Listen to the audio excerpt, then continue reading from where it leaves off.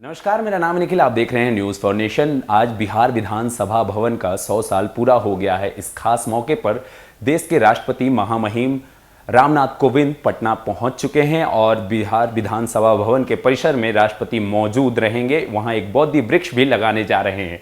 इस खास मौके पर हम आपको बताते हैं बिहार विधानसभा भवन के 100 साल में पूरे होने पर कुछ रोचक जानकारियां। आपको बता दें कि बिहार विधानसभा जो भवन था वो इतावली पुनर्जागरण शैली पर बना हुआ था। जब इसका निर्माण हुआ था तो इसका नाम बिहार उड़ीसा विधान परिषद रखा गया था। क्या कुछ रोचक जानकारियां हैं इसके बारे में हम आपको बताते हैं। राष्ट्रपति रामनाथ कोविंद पटना पहुंच चुके हैं। बिहार विधानसभा भवन के शताब्दी समारोह में 21 अक्टूबर यानी आज वह शामिल होंगे। कार्यक्रम को लेकर बिहार विधानसभा भवन को दुल्हन की तरह सजाया गया है। कार्यक्रम में इस बार शताब्दी वर्ष स्तंभ का शिलान्यास किया जाएगा। इसके साथ ही बोधि वृक्ष का शिशु पौधा भी लगाया जाएगा। राष्ट्रपति पूरे 70 मिनट तक परिसर में रहेंगे।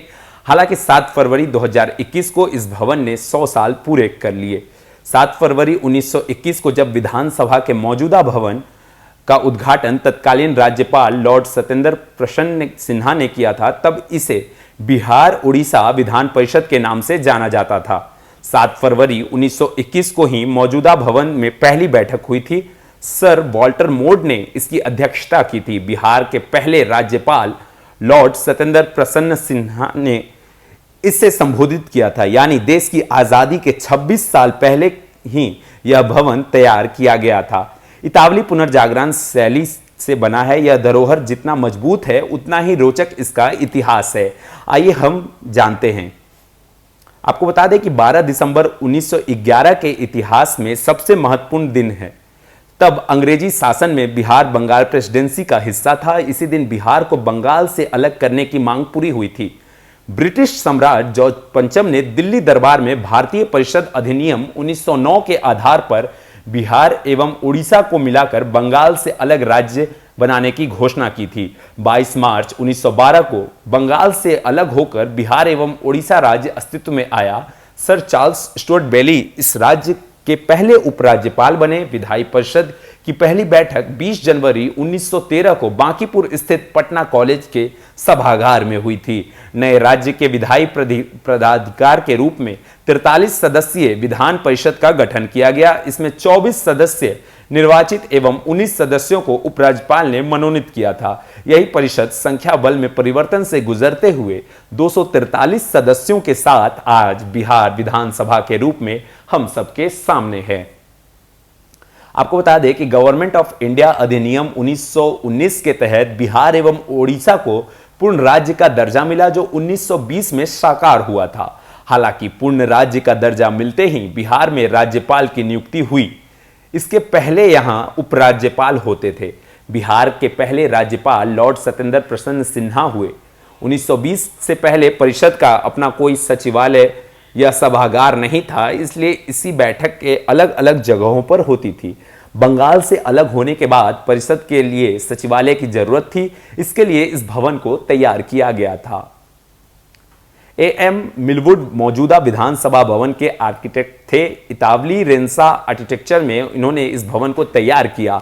भवन में समानुपातिक गणितिक संतुलन के साथ ही सादगी व भव्यता का समन्वय है। अर्धवृत्ताकार मेहरब एवं गोलाकार स्तंभ इसकी खास विशेषता है। यह प्राचीन रोमन शैली से प्रभावित है। विधानसभा भवन में बना सभा कक्ष आयताकार ब्रिटिश पार्लियामेंट से इतर रोमन थिएटर के तर्ज पर अर्धगोलाकार शकल में बना है। इस भवन में समरूपता का विशेष ख्याल रखा गया है।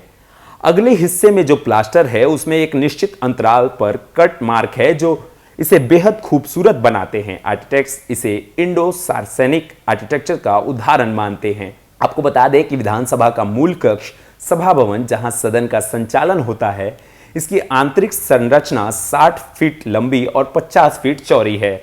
इसका विस्तार इमारत के दोनों मंजिलों में है। प्रेस प्रतिनिधित्व के साथ साथ दर्शकों के लिए ऊपरी मंजिल में गैलरी की व्यवस्था की गई है। विधानसभा के अगले हिस्से की लंबाई 230 फीट है, जबकि विधानमंडल की कुल लंबाई 507 फीट है। वहीं सभा की चौड़ाई 125 फीट है। विस्तार के बाद बने परिसर में 3 हॉल हैं।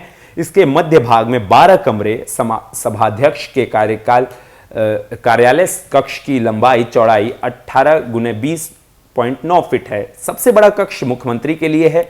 सीएम कक्ष की लंबाई व चौड़ाई 18 गुने 30 फीट है। नेता प्रतिपक्ष के लिए पहले तल्ले पर कक्ष बनाया गया है, जिसकी लंबाई चौड़ाई 18 गुने 20 फीट है। सभा सचिव व सदस्यीय कार्य मंत्री के कार्यालय कक्ष की लंबाई 18 से 20 फीट है।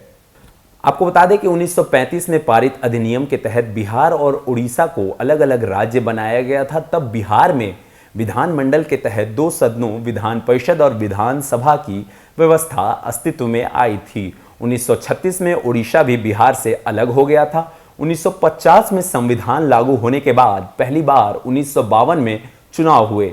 विधानसभा के लिए 330 सदस्य निर्वाचित हुए, लेकिन 1956 में बिहार की सीमा में बदलाव के कारण निर्वाचित सदस्यों की संख्या घटकर 318 हो गई। 1977 में जनसंख्या वृद्धि के अनुपात में निर्वाचित सदस्यों की संख्या 324 हो गई। हालांकि 1952 में से एक ही सदस्य मनोनीत होता रहा। 2000 में बिहार का विभाजन होकर झारखंड बना तो विधानसभा के सदस्यों की संख्या 324 से घटकर 243 हो गई। वहीं बिहार विधान परिषद के सदस्यों की संख्या 75 है।